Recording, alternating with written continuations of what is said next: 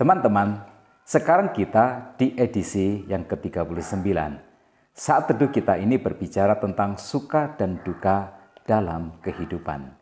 Nasnya adalah Kejadian pasal 21 ayat 1 sampai dengan 21. Ya, mujizat. Setelah penantian yang sangat panjang, bahkan mungkin penantian yang sudah tak lagi dinantikan, Sarah akhirnya mengandung dan melahirkan Ishak. Ini adalah kebahagiaan yang tak dapat dilukiskan dengan kata-kata. Allah akhirnya menggenapi janjinya. Di usia Abraham yang ke-100 dan Sarah 90, Ishak dilahirkan. Kelahiran Ishak adalah sebuah keajaiban. Ini adalah sebuah karunia Tuhan. Tuhan kadang membuat kita menunggu apa yang kita doakan sampai kepada titik di mana harapan sudah tak lagi ada di dalam dada. Tetapi di titik itulah, di titik terendah harapan, Tuhan mengabulkan doa kita. Tuhan ingin kita belajar untuk percaya dan berserah hanya kepadanya. Tetapi bahagia itu segera disusul oleh duka. Sudah ada Ismail sebelum Ishak lahir. 13 tahun sudah Ismail mengisi kehidupan Abraham. 13 tahun sudah Ismail menghapus aib Abraham. 13 tahun sudah Ismail mengisi hatinya dengan kebahagiaan. 13 tahun sudah Ismail memberinya rasa bangga dan juga harapan. Ismail pun menikmati semua perhatian dan kasih sayang dari Abraham. Dia adalah pewaris tunggal dari harapan dan juga impian Abraham. Tetapi kini itu tidak lagi. Ishak sudah lahir dan Ismail harus tersingkir. Sarah tidak menghendakinya lagi. Bagi Sarah, Ismail dan Hagar kini hanyalah sebuah gangguan. Maka seperti habis manis sepah dibuang, Sarah meminta supaya Abraham mengusirnya. Dan momen itu pun pastilah akan tiba. Ketika Abraham mengadakan pesta untuk merayakan Ishak yang disapih, di saat bahagianya Abraham, datanglah permintaan Sarah supaya Abraham mengusir mereka berdua. Katanya, usirlah hamba perempuan itu beserta dengan anaknya, sebab anak hamba ini tidak akan menjadi ahli waris bersama-sama dengan anakku Ishak. Tentu saja, kata-kata Sarah ini bagaikan petir di siang bolong, bagai palu godam yang menghantam dada. Ayat 11 menceritakan hal ini sangat menyebalkan Abraham oleh karena anaknya itu. Ya, Abraham menelan pil pahit poligami. Nah, itulah kehidupan. Suka dan duka kadang datang silih berganti, tak selamanya mentari akan bersinar cerah. Kini hati Abraham menjadi gundah gulana. Abraham dihadapkan pada situasi seperti makan buah si malakama. Salah apa Hagar? Menjadi gundiknya, bukankah itu keinginan Sarah? Salah apakah Ismail? Lahir di dunia bukanlah keinginannya. Rasa sesak di dalam dada membuat Abraham tak sanggup lagi memikirkan apa yang nanti kelak bakal menimpa keduanya. Tetapi Tuhan berfirman, janganlah sebal hatimu karena hal anak dan budakmu itu.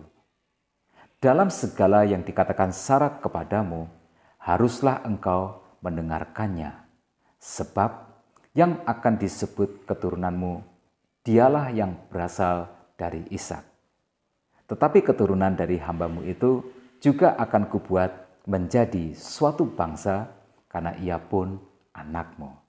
Tuhan menjaga perjanjiannya, bahwa anak perjanjian itu adalah Ishak, anak Abraham dari Sarah.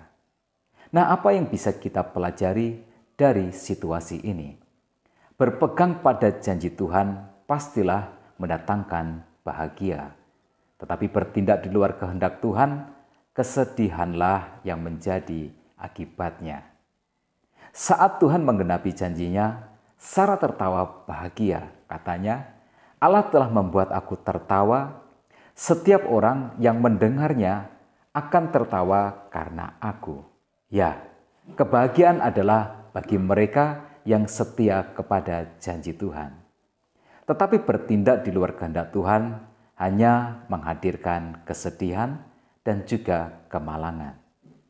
Ayat 14 berkata, keesokan harinya, pagi-pagi, Abraham mengambil roti serta sekirbat air dan memberikannya kepada Hagar. Ia meletakkan itu beserta anaknya di atas bahu Hagar, kemudian disuruhnyalah perempuan itu pergi. Maka pergilah Hagar dan mengembara di padang gurun Berseba. Sebuah akhir yang tragis. Bertindak di luar kehendak Tuhan, Hagar dan Ismail akhirnya menjadi korban. Ayat 15 dan 16 menceritakan ketika air yang dikirbat itu habis, dibuangnyalah anak itu ke bawah semak-semak dan ia duduk agak jauh, kira-kira sepemanah jauhnya, sebab katanya, tidak tahan aku melihat anak itu mati. Sedang ia duduk di situ, menangislah ia dengan suara nyaring. Teman-teman, jika dosa menggoda, jika ragu mengganggu, berjuanglah untuk bertahan di dalam iman. Ingatlah bahwa akibat dosa bisa seperti yang dialami Ismail dan Hagar. Hagar harus melihat Ismail meregang nyawa. Dapatkah kita membayangkan betapa sesak hati Hagar? Tetapi segala puji bagi Tuhan, Tuhan memberinya pertolongan. Tuhan membuka mata Hagar sehingga dia melihat sumur, maka selamatlah mereka. Lalu Tuhan menjanjikan akan menjadikan Ismail menjadi bangsa yang besar. Apa yang kita bisa petik sebagai inspirasi dan juga motivasi? Suka dan duka silih berganti di dalam kehidupan ini. Karena ragu dan percaya, ketaatan dan pelanggaran juga silih berganti di dalam hidup orang percaya. Jika dosa menggoda, ingatlah kepada akibatnya. Bukan hanya kita yang akan menanggungnya, tetapi sesama kita dapat menjadi korban atas kesalahan kita. Belajarlah untuk menjaga iman, sekalipun tampaknya keadaan mustahil untuk kita dapat bertahan. Tetaplah bertahan, tetaplah untuk percaya. Sebab sejatinya Tuhan tak pernah mengecewakan. Bagi Tuhan tak ada yang mustahil. Sebab Dia adalah El Shaddai, Allah yang Maha Kuasa. Tuhan Yesus memberkati kita semua.